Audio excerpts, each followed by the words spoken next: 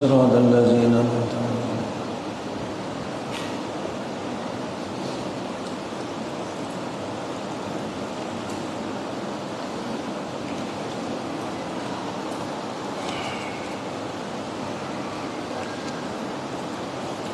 السلام عليكم ورحمة الله وبركاته.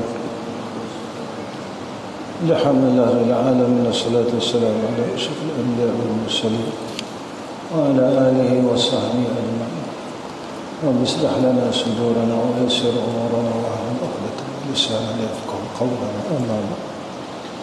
قال المصنف رحمه الله تعالى, dan dihikayatkan bahawasanya dua laki-laki keluar keduanya pada menuntut ilmu kepada negeri-negeri sebelah terjauh, dan adalah keduanya berbetulan keduanya pada menuntut ilmu. Maka kembali keduanya kemudian daripada beberapa tahun kepada negeri keduanya. Walhal jadilah salah satu daripada keduanya alim pada fiqh, yang satu lagi tidak. Maka amat-amatilah oleh ulama fiqh pada itu negeri, dan menanya mereka itu daripada kelakuan keduanya dan ulangan bacaan keduanya dan kedudukan keduanya. Maka dikhabarkan akan mereka itu bahawasanya kedudukan yang alim pada fiqh itu adalah kedudukannya berhadap kiblat pada ketika mengulang-ulang akan bacaan, dan berhadap kepada negeri yang ia dapat ilmu padanya. Dan yang satu lagi itu adalah ia membelakangkan kiblat dan mukanya berhadap kepada yang lain daripada itu negeri. Maka bersetujulah ulama fiqh itu bahawasanya yang alim pada fiqh itu jadi faqih ia dengan berkat berhadap kiblat. Jadi antara adab ilmu ni tadi, ketika kita mengulang kaji, membaca, disuruh kita hadap kiblat. Jadi antara kisah dua pemuda yang keluar mengaji, seorang dua-dua balik. Seorang balik alim, seorang balik tak alim. Jadi bila ditengok balik kisahnya, kenapa yang seorang ni tak jadi, satu, dia melazimkan, yang jadi alim seorang ni, dia melazimkan dalam menuntut ilmu dan ulang kaji ilmu sentiasa hadap kiblat. Yang seorang lagi, dia membelakangkan kiblat. Maknanya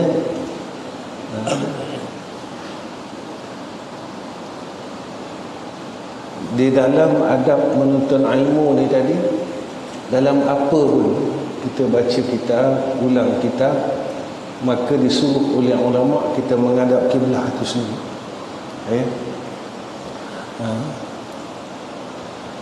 Kerana ia adalah sunnah pada kedudukan, melainkan pada ketika darurah, dan hajat, dan dengan berkat doa orang-orang Islam. Jadi sebab apa antaranya? Sebab salah satu antaranya doa. Doa ni paling penting. Doa silahul mu'minin.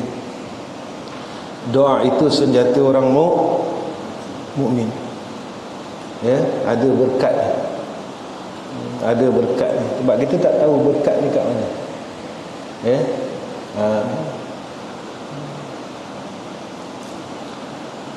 Kerana bahawasanya itu negeri tiada sunyi ia daripada abid-abid dan ahlul khair. Maka yang zahirnya bahawasanya seorang abid daripada segala abid mendoakan baginya pada malam-malam. Jadi ada ahlul abid yang faqih, dia mendoakan bagi orang lain pada waktu malam. Kita tak tahu. Sebab itu kena minta doa, selalu minta doa. Doa ni penting. Doa ni cukup penting. Jangan kita berhenti daripada berdoa. Maka doa ni tadi kena ada harapan. Harapan kepada Allah supaya dikabulkan doa. Dan Antara yang menjadi hijab bagi doa ini dosa. Kalau nak doa itu cepat mustajabah, maka jangan mengekalkan dosa. Jangan mengekalkan dosa selain daripada harapan yang tinggi. Harap sangat doa itu mustajab, tapi dosa jangan dikekalkan. Jangan kekal. Sebab antara sifat orang fasik itu mengekalkan dosa. Sama ada dosa kecil atau dosa besar, dikekalkan. Apa itu hijab-hijab ini, halangan-halangan daripada doa itu mustajab, iaitu dosa. Dosa ni dosa kecil atau dosa besar, dosa zahir atau dosa batin. Itu yang Nabi selalu pesan. Kita tak tinggal salah, tapi mengumpat tak berhenti, dosa. Siang malam pagi petang mengumpat. Kita tak tinggal semayang malam, tetapi kita redha dengan berlakunya fitnah. Antara kita orang yang menyebarkan fitnah, dosa. Dosa tetap dosa. Yang kita sendiri tak sedar. Kita semayang. Ada orang yang terang-terang menolak hukum Allah Ta'ala, tolak hukum Allah Ta'ala, hukum aurat, hukum riba, hukum itu dan hukum ini ditolak secara terang-terangan. Jadi antara sebab doa ini tak mustajab, maka sayogia bagi penuntut ilmu bahawa tiada bermudah-mudah dengan adab-adab dan sunat-sunat. Jangan ambil ringan tentang adab ilmu. Adab ilmu, sunat-sunatnya, jangan ambil mudah. Contoh antara sunat menuntut ilmu, sunat, jangan kita ambil mudah, sebab di situ datangnya keberkatan, barakah pada ilmu. Selalu yang Nabi pesan tentang barakah ilmu ni supaya kita dapat beramal dengan ilmu. Yang paling penting kita dapat natijah daripada ilmu. Apa dia maksud natijah hasil dari ilmu ni tadi? Iaitu dapat takut kepada Allah Subhanahu wa taala. Orang nak kenal Allah pun natijah dia takut. Ilmu ni satu alat untuk mengenal Allah. Apa faedah kenal Allah? Faedah kita semakin mengenal Allah itu ialah semakin dapat rasa takut kepada Allah. Khasyah, takwa, khasyah, khauf, dalam satu perkataan yang lain tetapi tempat yang sama.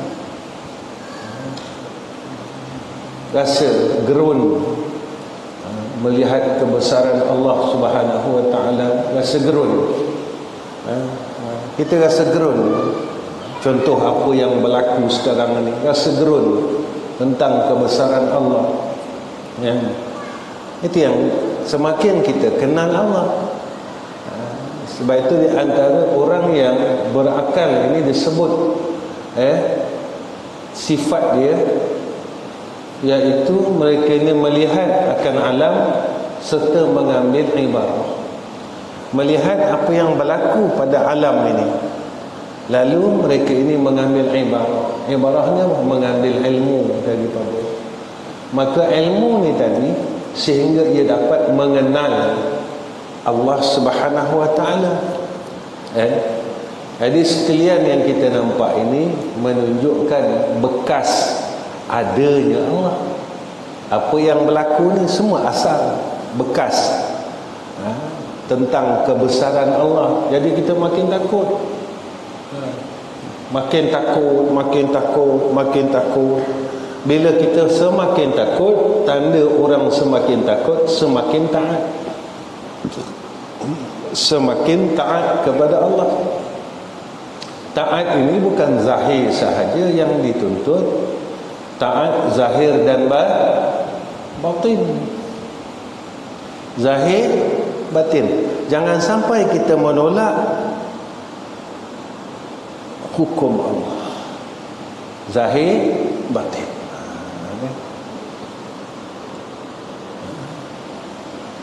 Kerana bahawasanya mereka yang bermudah-mudah dengan adab itu diharamkan akan dia daripada sunat-sunat. Siapa yang ambil mudah tentang adab-adab ilmu, maka diharamkan, ditegah daripada mendapat beramal dengan sunat-sunat ilmu. Bila dia diharamkan, ditegah daripada perkara sunat-sunat di dalam ilmu, tatkala itu diharamkan atas dia daripada ilmu. Dan siapa-siapa yang bermudah-mudah ia dengan sunat-sunat itu diharamkan akan dia daripada fardu-fardu. Lepas itu bila kita ambil ringan, ambil skop yang lebih besar dalam kehidupan, kalau kita ambil mudah yang sunat-sunat, langsung kita pun ambil mudah perkara yang fardu-fardu.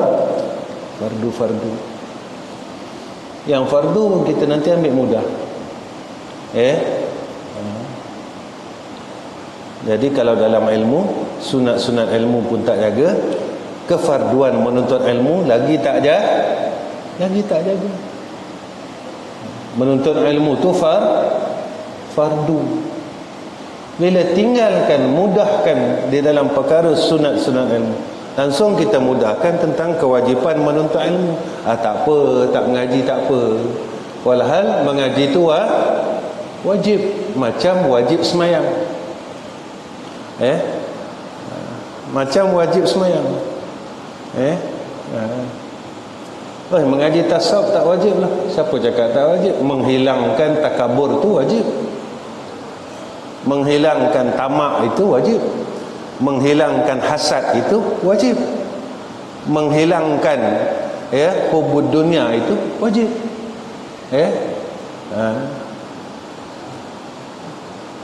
Ada siapa kata tak wajib mengaji? Tasawuf tak wajib. Yang wajibnya ngaji semayang aja. Mana mungkin?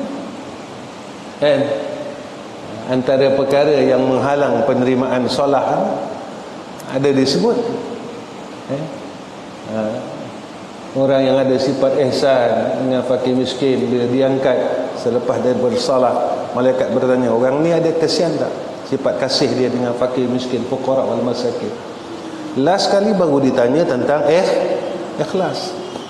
Kalau tak, amalan itu akan, semayang itu akan dilemparkan balik kepada muka orang yang semayang.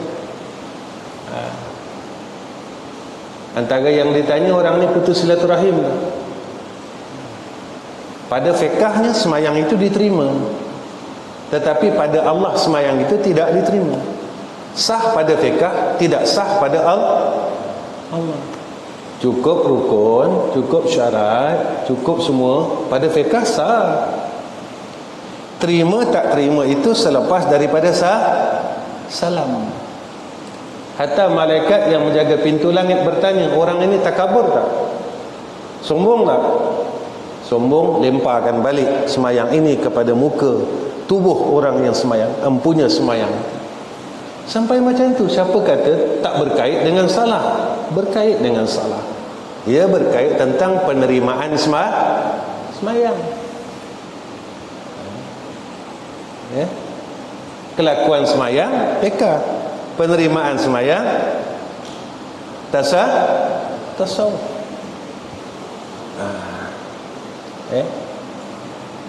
Tak wajib mengaji. Siapa cakap macam tu?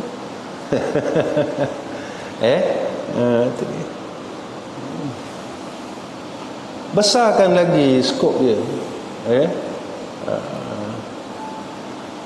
Itu yang Nabi selalu sebut, hablum minallah wa hablum minan nas. Kedua-duanya wajib. Hablum minallah, salat wajib.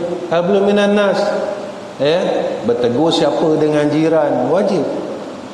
Sebab memutuskan silaturahim ini jadi haram. Ini dengan orang sebelah pun tak tegur. Ini cara Yahudi dan Nasara. Mereka nafsi-nafsi. Orang Islam tidak diajar nafsi-nafsi. Orang Islam diajar ummati-ummati. Lepas itu datang hukum solat, datang hukum sembahyang jamaah. Datang hukum puasa. Dalam hukum puasa ni pula ada juga hablum minan nas tadi, supaya dapat merasai akan kesusahan fuqara wal masakin. Ada. Dalam zakat hablum minan nas lagi. Dalam solat hablum minallah, datang hablum minan nas, sembahyang jemaah. Boleh tak satukan hati-hati kita dengan salah, Allah satukan hati-hati kita. Itu yang sampai ada ayat dalam Al-Quran, innas salata tanha 'anil fahsya'i wal munkar. Orang yang lagi semayang lagi jadi baik, lagi semayang lagi jadi baik. Allah, ini natijah daripada semayang.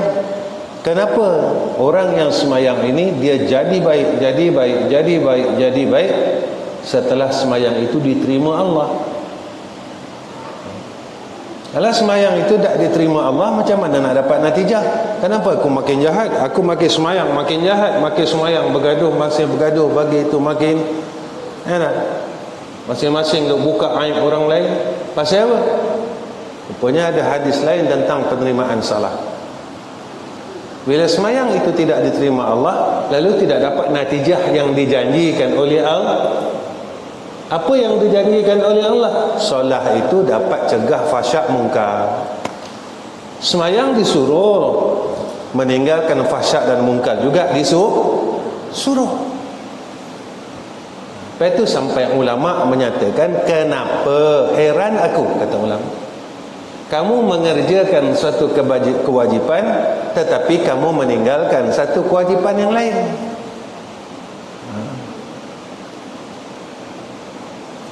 Apa maksudnya?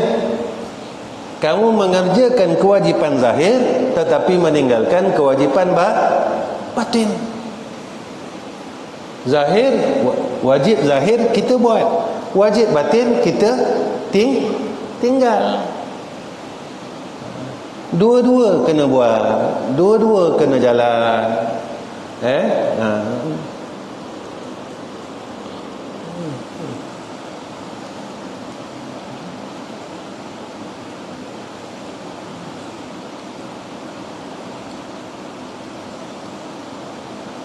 Dan mereka yang bermudah-mudah dengan fardu itu diharam akan dia daripada pahala akhirat.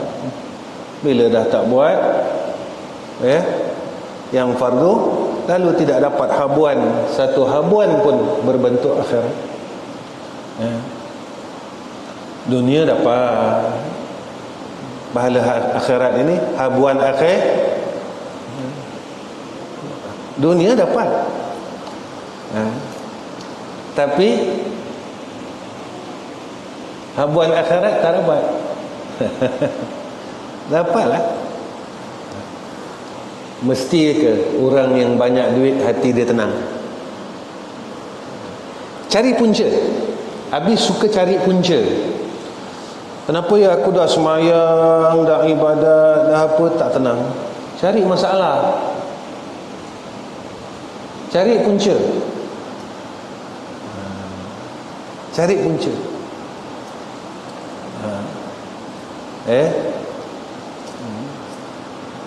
Puncanya kena tengok tiga-tiga ilmu: tauhid, fiqh, tasawuf. Tauhid, fiqh, tasawuf. Jangan tengok fiqh saja. Tengok syirik. Tengok tauhidnya. Kita semayang tapi masih mensyirikkan Allah. Semayang terima tak? Kita meragukan Allah. Ibadat terima tak? Selawat terima tak? Tasbih terima tak? Baca Quran terima tak? Sebab ragu. Ragu. Itu yang Nabi selalu sebut. Kita selawat, tetapi insan yang kita selawat ni tadi, kita ragu apa yang insan ni bawa. Apa Nabi Allah, apa Sayyidina Muhammad sallallahu alaihi wasallam bawa? Syariat. Jadi syariat ini, fiqh ini ada empat pecahan. Ibadat. Lagi apa? Apa dia? Ibadat. Apa dia? Adam. Ibadat. Pecahan fiqh. Apa? Amail. Ibadat. Munakahat. Jinayat. Lagi satu, lupa. Lagi satu apa? Nasrul. Muamalah. Jangan ragu dengan empat-empat ni. Ibadat kita tak ragu. Semayang terima, puasa terima, zakat terima, haji terima. Bab munakahat kita tolak. Apa yang telah diberi garis panduan. Bab muamalat kita tolak. Bab jinayat kita tolak. Sebab kita tak percaya, kita ragu. Boleh ke? Boleh ke? Ibadat pun dari Allah, muamalat pun dari Allah, munakahah pun dari Allah, jinayah pun dari Allah. Kita yakin 100% dengan semayang. Tak semayang masuk neraka. Tak puasa masuk neraka. Bab muamalah, bab munakahah, bab jinayah. Jadi macam mana? Ni bab usul. Tauhid ini masuk pada fiqh, masuk pada tasawuf. Macam itulah. Ragu dengan Quran, tak payah satu ayat, satu huruf je batal. Lagi kalau satu ayat, satu ayat daripada Quran, lagilah satu huruf pun batal.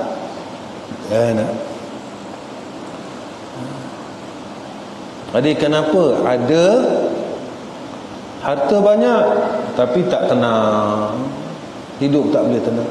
Ilmu banyak, hidup tak boleh tenang. Pangkat besar, hidup tak boleh tenang. Ni ada sebab. Patut bila ilmu dah ada, tenanglah kan. Kenapa tak tenang? Ada sebab, cari punca.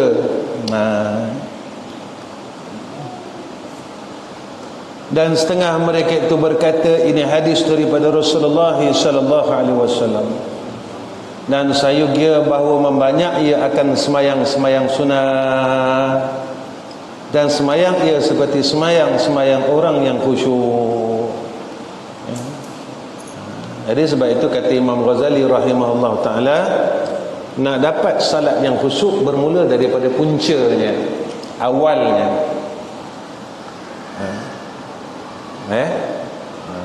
Apa awalnya? Bukan abang awal. Nanti semua cari abang awal pula. Abang awal nak khusyuk macam mana abang awal? Habis kata punca dari awalnya, nantilah susah. Sebelum kamu salah faham, baik habis cerita dulu. Nanti ketuk rumah abang awal, Assalamualaikum. Susah pun. Mana awalnya? Awalnya adalah dengan wuduk. Awalnya wuduk. Imam Ghazali kata, laksanakan fardu wuduk, sunat wuduk. Fardu dah buat, sunat dah buat, kemudian membaca doa wuduk. Adam, apa doa wuduk? Baca apa? Basuh tangan, doa basuh tangan. Doa yang wuduk tu memang lepas wuduk. Doa basuh tangan apa? Habil dah menyuruh mestilah orang hafal Quran banyak, takkan doa wuduk tak hafal. Komo-komo.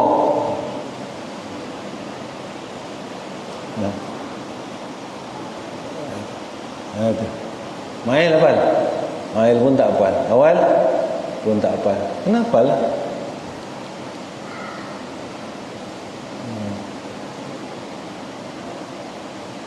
Dalam kitab Sir Salikin ada. Nafal lah. Kirul apa kirul? Abah dulu suruh hafal. Nasrul daripada tak hafal. Tu bila tak hafal rugilah.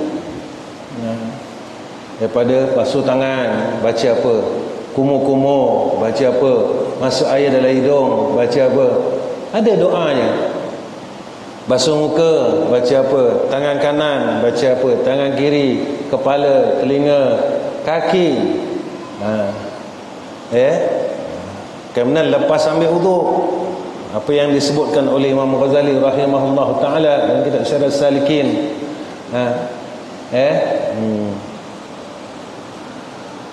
Betul ulama dulu amalan dia jadi banyak.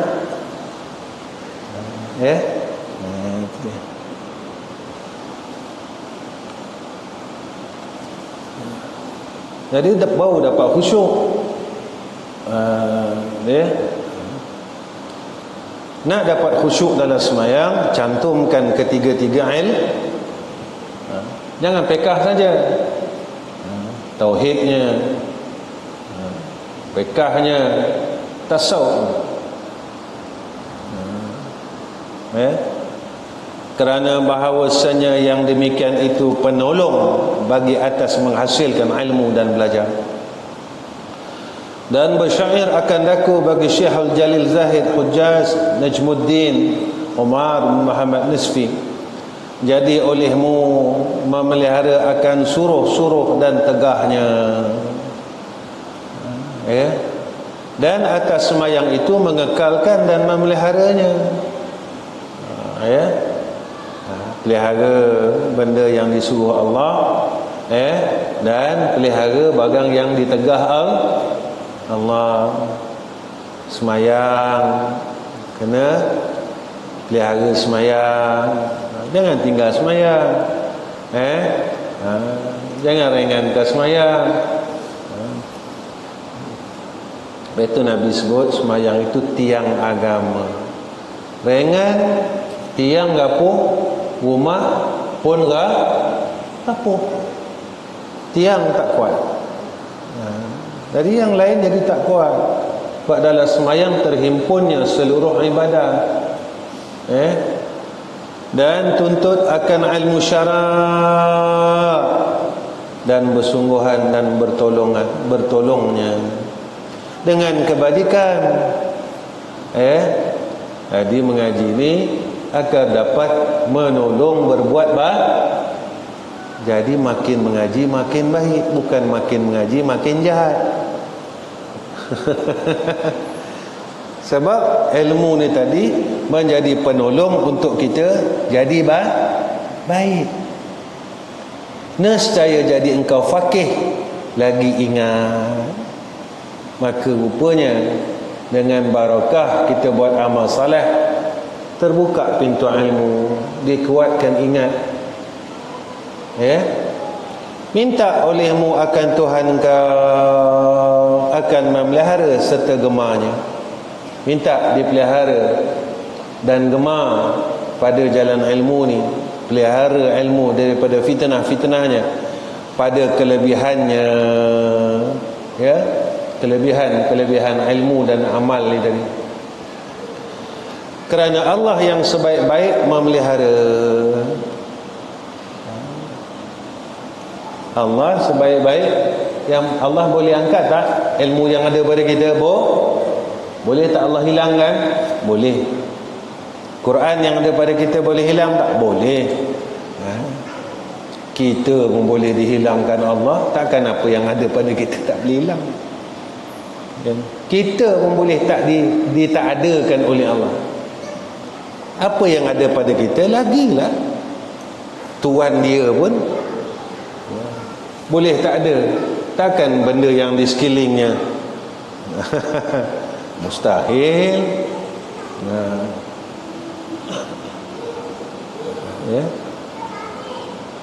Berarti kalau nak berkat, cukuplah apa yang Nabi sebut macam ni lah tentang umur. Umur yang berkat, bertambah umur, bertambah baik. Jadi pergi tempat lain. Umur berkat, tambah umur tambah baik. Harta berkat, tambah harta tambah baik. Pangkat boleh jadi berkat, tambah pangkat tambah baik. Kalau tambah umur tak tambah baik, tak berkat. Tambah harta tak tambah baik, tak berkat. Dulu susah, bila dah senang tambah kedekut, tambah sombong. Ini namanya tak berkat harta tu. Pangkat macam tu, macam umur, makin tua makin jahat pula. Makin tua makin jahat pula. Bukan makin tua makin jahat, makin tua makin baik. Nabi sebut umur yang berkat, bawa kepada harta yang berkat, bawa kepada hidup yang keluarga yang berkat. Mau berkat.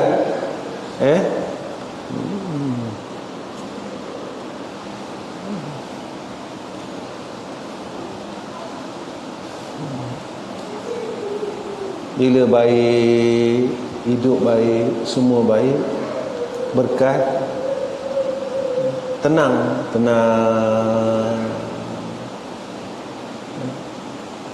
Ada anak, hidup tenang.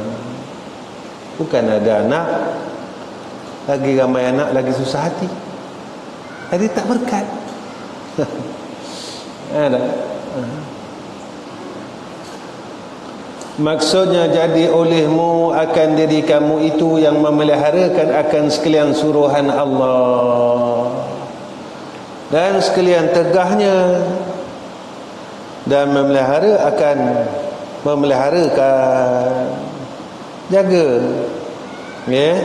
dan yang mengekalkan atas semayang-semayangnya, kekalkan semayang, dan tuntut olehmu akan ilmu-ilmu syara', dan bersungguh-sungguh dan ijtihad olehmu, dan bertolong olehmu dengan amalan-amalan yang baik dan yang diradai. Bekalkan semayang fardu sunnah, buat yang Allah suruh, tinggal yang Allah tegak. Kemudian sungguh-sungguh tolong dalam perkara kebajikan, buat baik. Apa faedahnya? Nescaya jadi kamu alim pada fiqh, lagi ingat akan masalah-masalahnya. Dikurniakan Allah ilmu. Jadi nak dapat ilmu yang barakah, tinggal tegahan Allah, buat suruh Allah, zahir batin. Suruh Allah zahir batin, tegahan Allah zahir batin. Kemudian kekalkan semayang-semayang, kan sebut semayang-semayang, semayang fardu, semayang sunnah, dan mengaji. Tiba-tiba semayang aja tak mengaji, nak alim macam mana? Kan asyik semayang aja tak mengaji, ada orang macam tu, dia nak ibadat aja, mengaji tak nak, pun ada juga. Ada yang mengaji aja tak nak ibadat, pun ada juga. Ada orang yang dapat mengaji, dapat ibadat, satu pilihan Allah. Lalu Allah buka pintu ilmu. Kemudian yang ni jangan lupa, dan minta olehmu akan Tuhan engkau.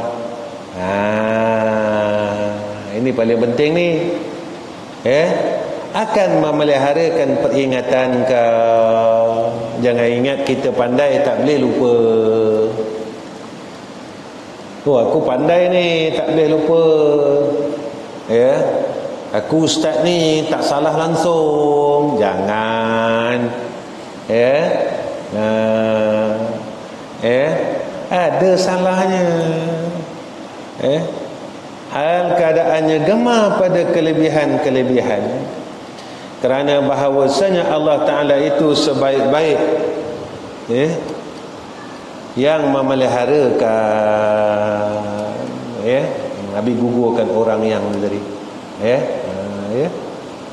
nak bagi kena pada boleh Wan gugur kan, boleh tak nanti dia jadi macam tak sedap pula. Letak bahawasanya Allah Ta'ala itu yang sebaik-baik orang yang tak macam tak ke orang yang pula tak sedap kan, sebaik-baik memeliharakan atau sebaik-baik yang memeliharakan.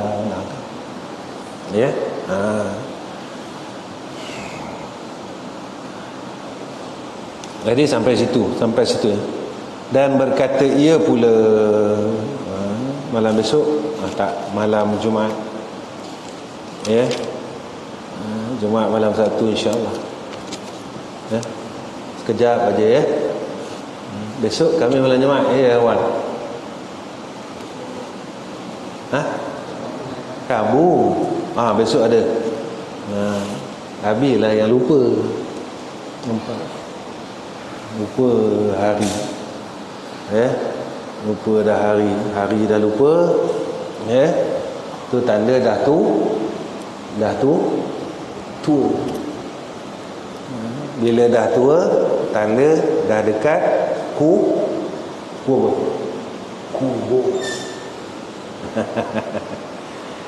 tak boleh lah tak mengaku, kena mengaku lah tanda dah dekat mati.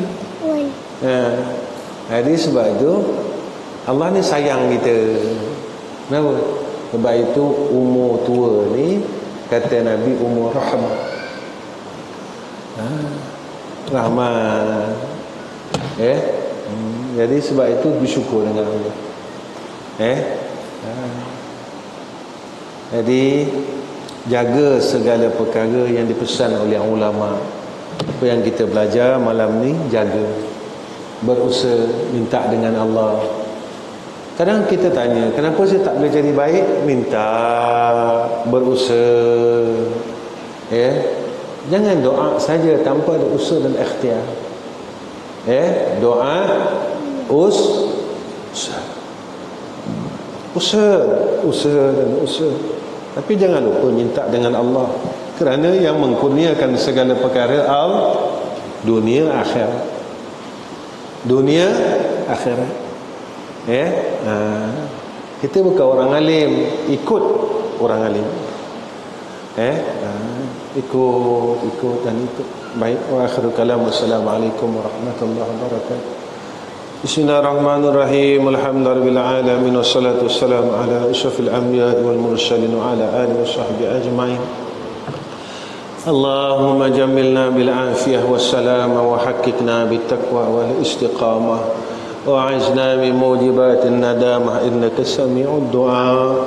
Ya Allah, berkatkanlah kami, hidup kami, saat kematian kami dan selepas kematian kami ya Allah.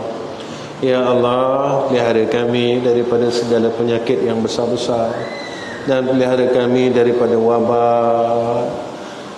Dan juga isteri dan anak-anak kami, sekian jamaah kami, pelajar kami dan keluarga mereka, sekian adik-beradik kami dan keluarga mereka, dan orang-orang yang mengenali kami dan keluarga mereka ya Arhamar Rahimin. Ya Allah, lalai-lalai kami ingatkanlah. Ya Allah, masalah kami selesaikanlah. Ya Allah, sombong-sombong kami tawadukkanlah. Ya Allah, jauh kami dengan Kau ya Allah, dekatkanlah. Ya Allah, kami tak ada daya dan upaya melainkan dengan pertolongan Kau ya Arhamar Rahim.